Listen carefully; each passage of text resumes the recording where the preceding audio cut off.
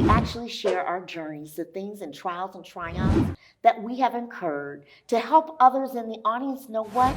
There's hope. You are not alone. It is my pleasure to have with me Larissa McGriff, and she is going to talk to us all about what it means during this pandemic, of the challenges that people have from a mental perspective.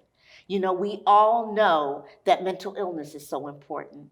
And this season, I'm going to have multiple episodes to talk about it because I don't think we could talk about it too much. There's so many things that are going on and challenges that we're facing as the world continues to move forward. So let's listen up and see what we can learn today. Welcome to the show. Thank you for having me. It's my Thank you. pleasure. Thank It's you. my pleasure. I really want to understand around, we've been talking about mental health and what you have seen. Talk to me about the grief of loss during this pandemic and all that has happened. Well, to start off, most people, when they think of grief and loss, they think of death. And while the pandemic has surmountable amounts of deaths related to it, there's grief and loss even in our isolation. So the pandemic has brought on grief and loss from relationships, job loss, just being able to navigate life. And so what do you do with that, right? What do you do with the feelings of, okay, I'm used to getting up a certain time and going to work and seeing coworkers and having regular conversations. Marriages have been lost throughout the process, right? Because this has affected everyone on so many different levels. So, what does grief really look like? A lot of times we hear, oh, you're grieving. What is that behavior? How do you actually grieve? I know for me personally, I've had a great amount of loss, but I've become numb. And I become so numb that I don't even know how to grieve. I know that I'm feeling it, but I don't know how to grieve. Right. So what does that look like? Can you help us Well, with that? I'm so glad you asked that because there's not a one size fit all to grief, right? Think of the body going through a fight or flight process where it shuts down naturally when we can't handle something.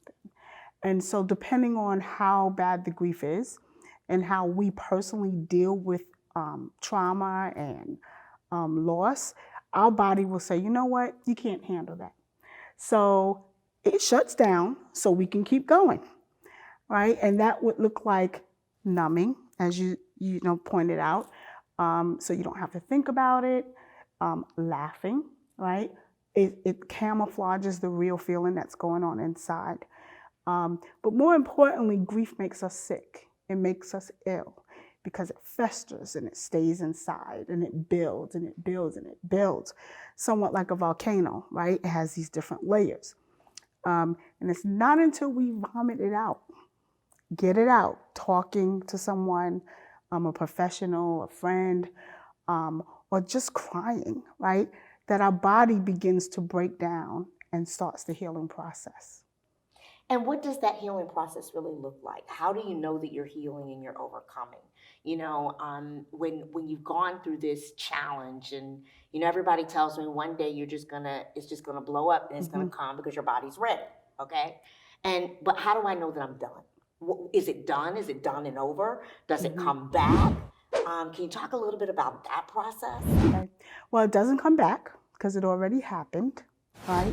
It just becomes a part of who you are. As far as how do you deal with it, how do you heal, the first thing is to recognize, hey, I have a problem, right? And be accountable for, then start taking care of yourself, right? And say, you know what, I don't want to feel this way anymore. I want to start living again. I want to enjoy life again. I want to love and laugh again, whatever that grief process, took away from life from you, right? The loss of a parent, right? It's a cycle, right? It's an ache that is never gonna go away. But if we look at it from an aspect of, you know what would that loved one have wanted for us, right? To sit back and die or to keep living? And so that's where the psychological mindset comes in play. making up your mind to say, I'm going to do something about this feeling, is the first step to healing. You know, it's true. You talk about parents. It's so fresh for me. I've lost both of mine in the same year within 9 months apart. Wow. And so it is very raw. It's there, and I can talk about it. But like I said, I haven't. I know that and recognize that it will come when my body is ready. It will come, and I just need to allow it to happen. But the thing is that you have so many people around you. So when we get back to COVID and there's so many people around you, it's like every day you hear so and so's sick, so and so's dying, such and such is happening, and you're hearing all this negativity. How can you best help us to process that? It's like every time you look at something, it's death, it's sickness, it's people are just falling off, right? How do you deal with that? I have adapted the word offset, right? The pandemic has definitely impacted me because in my line of work, which is therapy, not only am I going through the pandemic like everyone else, I'm hearing other people's stuff with it, right? And so I offset it, right? Glass half empty, glass half full, right? And so every day when I wake up, I say, thank you, Lord, for letting me wake up with a purpose, right? Obviously, if I'm still here, I have a purpose. And I carry out that purpose and I pour into others and I give other people hope and light. Now, that's how I deal with it, but it has enabled me to be a vessel and pour into someone else. And then they take it and they carry it on, and they take it and then they carry it on. So one day at a time. If that's the best way you could deal with it in the here and now, turn off the news. Do things that you can control. Don't look at it every day or all day, right? Read, play games, board games. Spend more time with family. Make it more meaningful. Make life more meaningful. Some very good tips. We're going to take a station break, and when we come back, we'll continue with our conversation. We'll be right back. Every story has a hidden element that is not often shared. Hidden Stories, Healed Now, with host Vicki Wright Hamilton, seeks to share the hidden gems in real-life experiences. Our guests are ordinary people sharing their stories of overcoming insurmountable odds while providing hope and inspiration. Welcome back. Let's continue our conversation. This has been extremely enlightening in terms of moving forward. When you see your patients and patients come to you, and you talk about, let's do something different. A lot of times we can be depressed and not even know we're depressed. Absolutely. And because of that, we don't necessarily know what to do. What do you recommend when you may be in a job where, like yourself, you're hearing this stuff over and over again? And are there tools? Are there tips? Are there techniques? Are there frameworks? Anything that we can use that helps you to actually deal with these things? Absolutely. Absolutely. My number one go-to is self-care. You cannot, absolutely not, help someone else, serve someone else, pour into someone else if you don't practice self-care. And I, for one, have to do it. It is a necessity. But it's also something that we should do is from a love standpoint, right? Loving ourselves enough, taking care of ourselves enough, not just on the outside, not just the beauty of us, but on the inside, taking care of our heart, right? Pouring in meditation, mindfulness, prayer. These are things that we can do on a daily basis, create a regimen, exercise, eating right, drinking water, all of these things that we should do with or without the pandemic, right? To self-care ourselves, will feel better. We will absolutely feel better. But also, travel, right? Just because we struggling to travel internationally, the United States have a lot of nice places you could just go. You can drive to the beach, open air. This is a gift from on high, right? It's free. Just go to the beach and hang out at the beach and read a book or go to a cabin. It doesn't have to be astronomical in fees, but just breaking up that everyday monotony of what you see around you, the four walls, where they don't just start closing in on you. You'll feel better about that too. So let's take that one step further. One of the things that we hear a lot about, especially around the pandemic, and what's going on, is fear. You say travel. I'm too scared to go. I'm too scared to get out. I don't want to go do it. I don't want to get sick. Every day is a new strand. It's something else has come up. There's another challenge that's there. I wear my mask and I put my mask on, but others won't. How do you help yourself from dealing with this fear component because of what you see that is around you? Well, what I tell clients all day, every day is you cannot control other people's behaviors, right? You can only control what you respond and how you respond. So set yourself up from the time you get up to go out, plan what it's going to look like for you. So if you're going to go to the store, I, for one, when I go to the store, I know I'm a mask up, and I'm going to do everything I can to protect me and my family, right? That's really all I can do. I cannot worry about everyone else. I have sanitizer with me at all times. But my family laugh at me because when I get back in the car, before I take my mask off, I sanitize my hands because, I've touched the cart, right? So it has become a habit. So form a habit where it's a go-to for you and you minimize. You can't absolutely take away, right? Because we can't control other people's thought processes and behaviors, but we can minimize on what we can control. It's interesting you talk about minimizing. I think one of the arguments, especially when it comes to this, is the mask really to protect you or is it to protect someone else? And, a lot of people say, well, they need to wear a mask so that they're protecting everybody else and not be selfish, right? But if I can't control somebody else and you're walking without a mask, even though I am wearing one, it's like, okay, you're exposing me. So now it's, okay, do I go to this thing and take the risk that, yes, I'm going to mask up, but they may not mask up. Do I take that risk? Do I keep living? Do I, places are opening up, but they require that you wear a mask. They require that you do certain things. Can I keep living? Can I move forward? And then the flip side to that is the fear of how you'll be viewed when you say, I got COVID. Wow, that's a big one. That's Talk a big to us one. about that. So, if this was early on when the pandemic first started, I probably would have a different stance. But because we are about year 2.5 in now, probably, a lot of us have probably had COVID and didn't know it, so we're asymptomatic maybe, right? A lot of us are on the fence about the vaccine versus not the vaccine, right? Which is a personal choice. We won't get political. However, we still can't control it.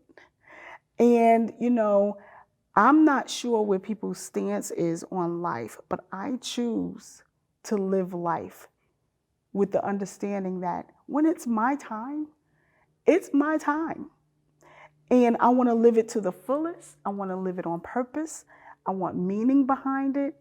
And COVID or anything else won't stop it because you probably have more of a chance of something terrible happening outside of COVID on an everyday basis.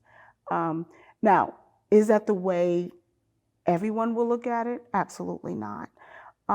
But it certainly helps keep things in check and in perspective that COVID is not the only thing we have to worry about when it comes to living a full life. And so we shouldn't let this one piece of what's going on hinder us from doing what we love to do best in life, and that's live. Wow, it's powerful. And you're right. We have to live our life, and tomorrow isn't promised, right? Tomorrow isn't promised. we don't know what's coming down the pike tomorrow. And because of that, you know, we need to wake up. We wake up with purpose, and you live your life, and you continue to move forward in terms of making that happen. So as we continue the conversation, you know, I really want to think about how we can talk to the audience in giving tips and tricks from your experiences of everything that you have learned, all the things you have been exposed to when it comes to COVID, trauma, fear, and moving forward. You know, different things that we should keep in mind. Outside of the things that you have told us, if you had to give us one or two things that was like, you definitely need to do that. And you talked about self-care, and I think self-care is a individual defined word, because what self-care to me might may not be self-care to you. Absolutely. We're going to take a station break, and we're going to come back, and we're going to see if there's someone from the audience that has a question or has a comment that they would like to make. We'll be right back. Every story has a hidden element that is not often shared. Hidden Stories, Healed Now, with host Vicki Wright Hamilton, seeks to share the hidden gems in real-life experiences. Our guests are ordinary people sharing their stories of overcoming insurmountable odds while providing hope and inspiration. Welcome back. So as I said before we took the station break, really want to understand some tips and tricks outside of what we've talked about to really look at this holistically, that the audience can walk away with in terms of, you know, having some solutions that's going to help them to survive all of this, right? In terms of what we're talking, we talked about fear, we've talked about, you know, dealing with the pandemic, talked about loss and what grief looks like and how you deal with grief. What would a couple of those recommendations be from your perspective with what you see? Well, with what I see, again, you know, I touched on self-care. And so the recommendation with that would be first self-care and extend out. I like to use the analogy when we go on an airplane, right? The first thing they tell you to do is first put the mask over yourself and then everyone else beside you. So you would treat life that same way, even with COVID. Self-care, model behavior, make a plan, put things in order. Now is the time to put things in order, right? What would you want to happen if you get sick? And I'm not talking about deathly sick, but I'm talking about having a plan for food, stocked up, and, you know, so your family is okay. You know, first it's you, then you have your inner family that's in the same household, and then it extends out and so on and so on.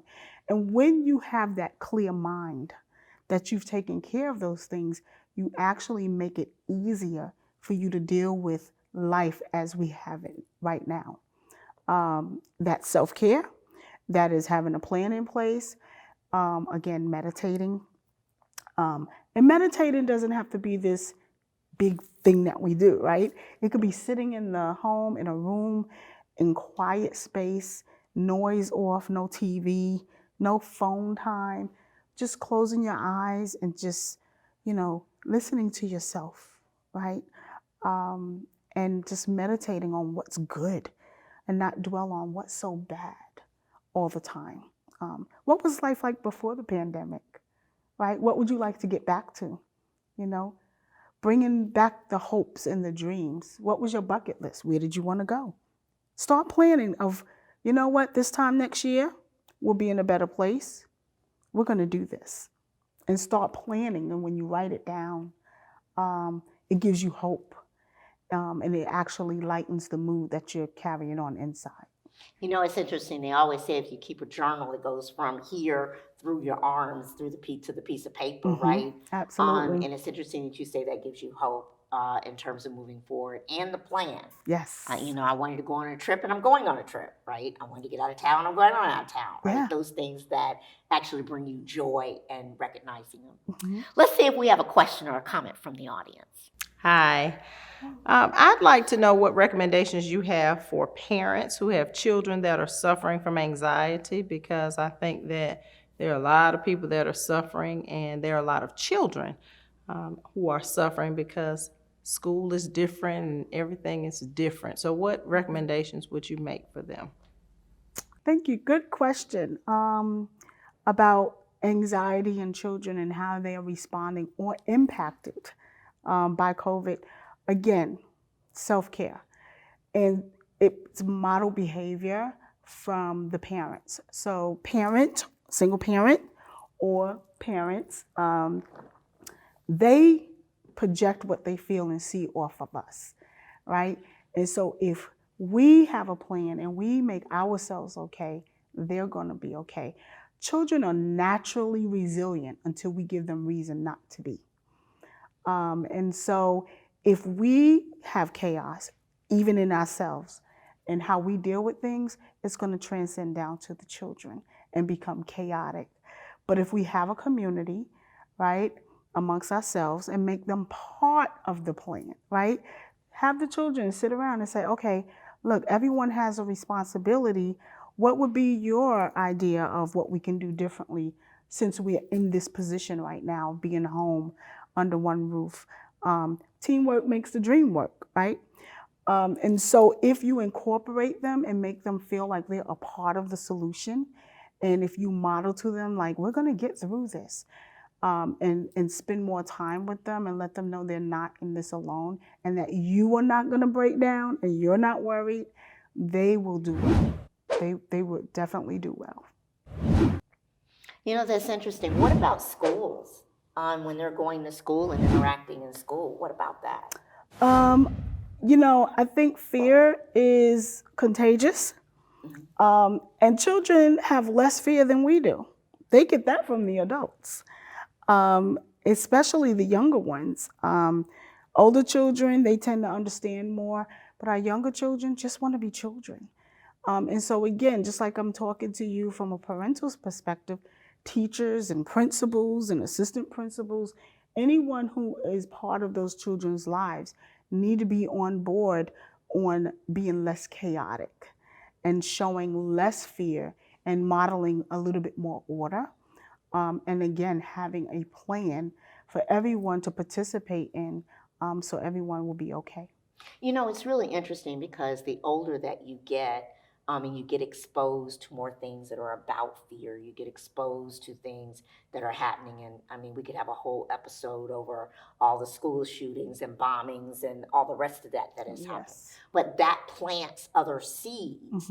And I think that also contributes to the level of anxiety that children have when they're older. And I get it, I understand it. Or I went through it and I dealt with it, which is why it's so important as you talk about it, to seek help, to be able to get someone that you can talk to, that you trust, that will help you navigate these waters, because it isn't like it used to be, right? Things are changing. Oh, yeah. And so we try to keep a half glass full, not a half glass empty. But reality, when people experience things, is like, they're like, no, you can't tell me that I sat there with that bomber there. You know, I sat there with that gun in my head, that kind of thing, and actually working through it. Well, would you all would you all help me in thanking my guest today in terms of sharing her insights? Thank you so much. Thank you. Thanks for having me. So glad you were able to join us. You know, thank you so much, audience, for joining another episode of Hidden Stories Healed Now. I have to tell you that this show and episode really hits home. As mental health is not getting better, we need to talk about it, and we have to be willing to recognize it. Remember, for every hidden story that you tell, you set yourself free. See you next time.